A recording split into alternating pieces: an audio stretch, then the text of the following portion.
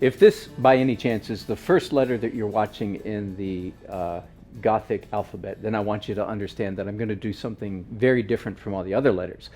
If you've already seen a bunch of the other letters, then you're going to know I'm doing something very different. In between shots, we're on the letter S, by the way. And while we were getting ready to shoot the letter S, I did some practice. The S is, in some ways, the most difficult letter because there's nothing straight and measurable about it. It's all curves.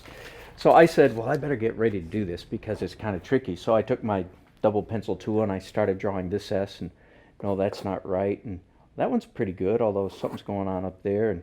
And while I was practicing, so I used my guidelines, and I was drawing and drawing and drawing, not only trying to get a good S, but also trying to figure out what kind of verbiage, what kind of words can I use to describe to you how to get a good S. And then after about a page or two, I thought, you know what, it would be a good idea if I just showed this to you, because I want you to understand this is how calligraphers work, okay? I don't want you to think that that someone like myself, I'm not, by no means am I a master calligrapher. Well, why am I teaching this series? The reason is, if I may, because I'm a pretty good teacher. But this is what calligraphers do. This is what you'll be doing. You'll be doing the letter S again and again and again. Not so that you get irritated, but I hope that you're relaxed and having fun, and you try it again, you try to do it better and better and better. And then as you see down here at the bottom, I did a couple with a pen. This one's too wide, this one's too skinny. So we're going to try to get it just right when I'm on camera, okay? So let me now proceed then to describe to you how it is we do the letter S. And I have tried to come up with appropriate verbiage. Let me get a piece of tape so my two pieces of paper aren't sliding all over the place. There we go, okay? Can you see my guidelines up here? So let's go to our double pencil tool. And I'm going to use a couple measurements. The first is roughly 1 nib width below the top line. You're going to draw an S curve. Now the shape of your S entirely depends, almost entirely depends, on this very first stroke. So this is the one you're going to practice over and over till you get it right. You're doing an S curve, and the essential trajectory angle of this S curve, as far as I can tell, is about a 45 degree. Got it? That's like that angle right there. That's about the angle of that curve. And I recommend doing the lower curve first and then the upper one second, at least if you're right-handed. If you're left-handed, you could go the other way. But if you're right-handed, then you can see the first stroke while you're doing the second one. Does that make sense? If you do the first one, the top one first, then you do the second one, you're blocking your view. I can't see my first curve very well because my pencil in my hand is in the way. Does that make sense? So first thing I want you to know, first thing, second, third thing, who's counting, is, okay, 1 nib width down. One of the key things I want you to know is you do the bottom curve first, roughly a 45 degree angle, and little hook there, likewise stopping approximately 1 nib width above the baseline. You got that? So I'm starting a little bit shy here, ending a little shy there. Now my second stroke is actually going to go all the way from the top line, and it runs exactly parallel to the first one and comes down, and likewise goes all the way down to the baseline. That's pretty easy. If you get the first one down, the second one is pretty easy. Now here's a funny thing about the letter S. There are just too many dang lines in there to fit inside the space that's allotted to it. So we are going to cheat. The letter S almost has an ascender, almost has a descender, or not quite. We're just going to violate the top line just a little bit because we can't quite fit everything in the space allotted to us. So we're going to draw a stroke. You see I'm going, here's my top line. I'm going about 1 nib width above it to get that top curve in. And it's a fairly short curve, doesn't come down very far, don't go too far. And then you add just a little hook, little barb right there. Now I think the reason for doing the S curve in this order is because you want that bottom stroke to be in the right place. And here's how you know if the bottom stroke is in the right place. You see my first stroke comes to that point, right? I want to make sure that this bottom stroke goes just a tiny bit beyond that, tiny bit, maybe less than a nib width, and then curves up and joins that very first stroke right there. Now you'll notice I'm also violating this. The S just can't quite squeeze in the space allotted to it, so it goes a little bit high and a little bit low. But because they're curves, you'll notice they won't irritate the viewer. I think most people wouldn't even notice that S is too tall. That's just the way it is. We're almost done with the letter S, and this is a really important element right here, that a little bit of this curve goes outside of that. Otherwise, it's going to look like your S is about to tip over to the left if it's not out there far enough. Okay? Then the last stroke is quite simple. Starting here, you go up at an angle. It's simple, but it's not like any other stroke we've done in the Gothic alphabet. Starts out straight up and then very gently curves, so it's getting wider and wider, right, as you go along. And then the very last thing you do is you add, again, we're using it, holding our pen at just a little bit beyond the 3. We add an angle like that, and if you want a little barb there, that's fine. Whew, that's the letter S. Let me do it again. You see now why I was practicing, don't you?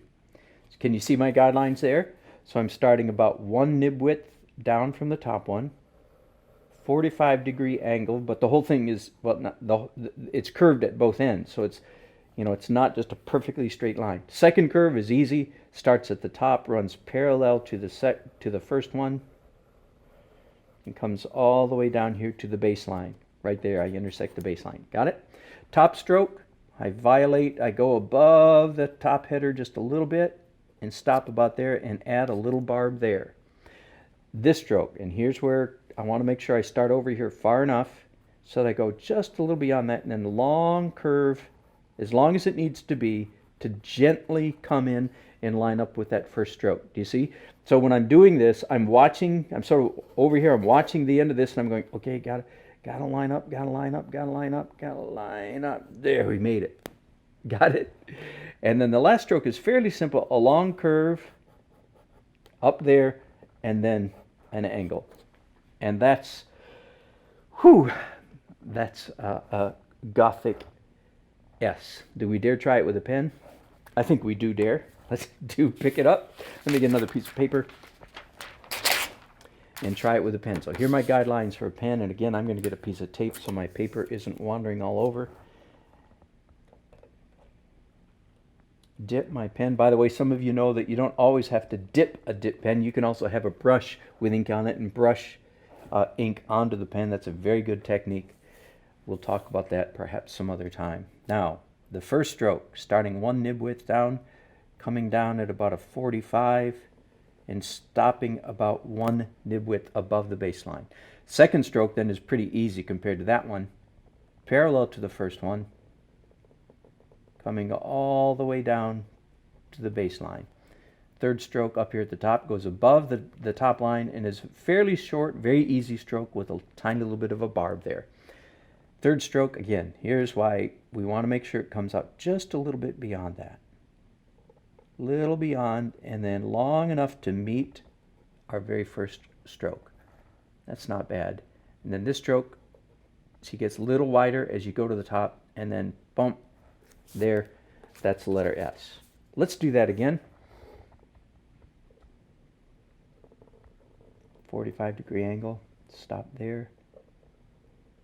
Parallel to the first one, down to the baseline, top curve, hook, bottom curve, long to meet there, and then final stroke there, and bonk. That's the name of that. That's a bonk. We just named it. It's the bonk digit on the bonk mark on the letter S. Whew, very good. You got that? Now, just when you thought it was safe to go back in the water, we now have to tackle the sticky tape. Don't you love it? We now have to tackle the lowercase s. And here's my guidelines for lowercase s. And yes, even though this tape is giving me wonderful fits, I'm going to use it again. Because the lowercase s, alas, is probably the most complicated of the lowercase letters. Starts out easily enough. Angle, just like that. Yay, we know how to do that. Then you come down. And the question is, how far down do you come? Man, a little bit below halfway. And then holding your pen, make sure you're holding your pen at the 3-point something angle. You're going to do a straight angle up like that. How far? Well, just long enough so that this curve can intersect with it right there. Got it? And we're not done yet. Now we're going to do another curve very much like this mirror image of an apostrophe. I need to come up with another name for that, don't I? Mirror image of an apostrophe is too much of a mouthful. Same curve there. And then another curve down here goes just a little bit below the baseline because, alas, the lowercase s, just like its papa or mama, can't quite fit in the boundaries allotted to it. Then a vertical and an angle. Whew! There's the letter S. Got it? Sure, you say. Let's do that again. Start simply enough at the top. Angle, vertical, and we could do this all in one stroke perhaps. Angle, the length of the letter, curve, curve. Now this is not long enough, so I come back. Curve and vertical. There we go. Wow. Now see, this is a little bit too long up here and short down here. This is a better shape. Let's fix that when we go to the pen, shall we? Will you allow me to do that? So as you can imagine, I would be practicing a whole bunch of S's, just like you're going to do, to make sure I get it right. So here's my guidelines for the letter S. Start at the top, angle, vertical. Let's try this way this time. Curve, and then do my long angle, and I go, oh, that's not going to work out right. So let's do it again. Angle, vertical, curve, angle, curve, curve, straight, angle. Well, that's close. I could go in here and fix this. Do you see the idea? And again, I want you to have a realistic appraisal and understanding so that when you're doing your practice, you understand that there is nothing strange that's happening to you. You're not messing up. You're not hopeless. You're just like all the rest of us. We would practice and practice this till we get it just the way we want it, and then be able to knock out a perfect S every time. Got it?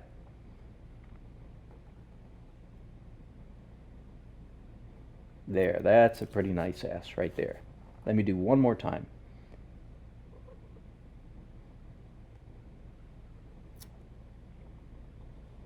Let me do that again. Angle, straight, curve, angle. Bring this down till it meets. Curve, straight, curve, angle. That's a nice shape. It's not bad. It's a little bit sloppy, but I'm going to let it go at that. You got the idea? I'm going to do exactly what you're going to do. We're going to practice it again and again until we get it just right. I've given you the structure and the bones to go by, and of course, in the attached to your document there is a good sample of one of my S's. We're going to practice and have fun doing it. Let's keep on.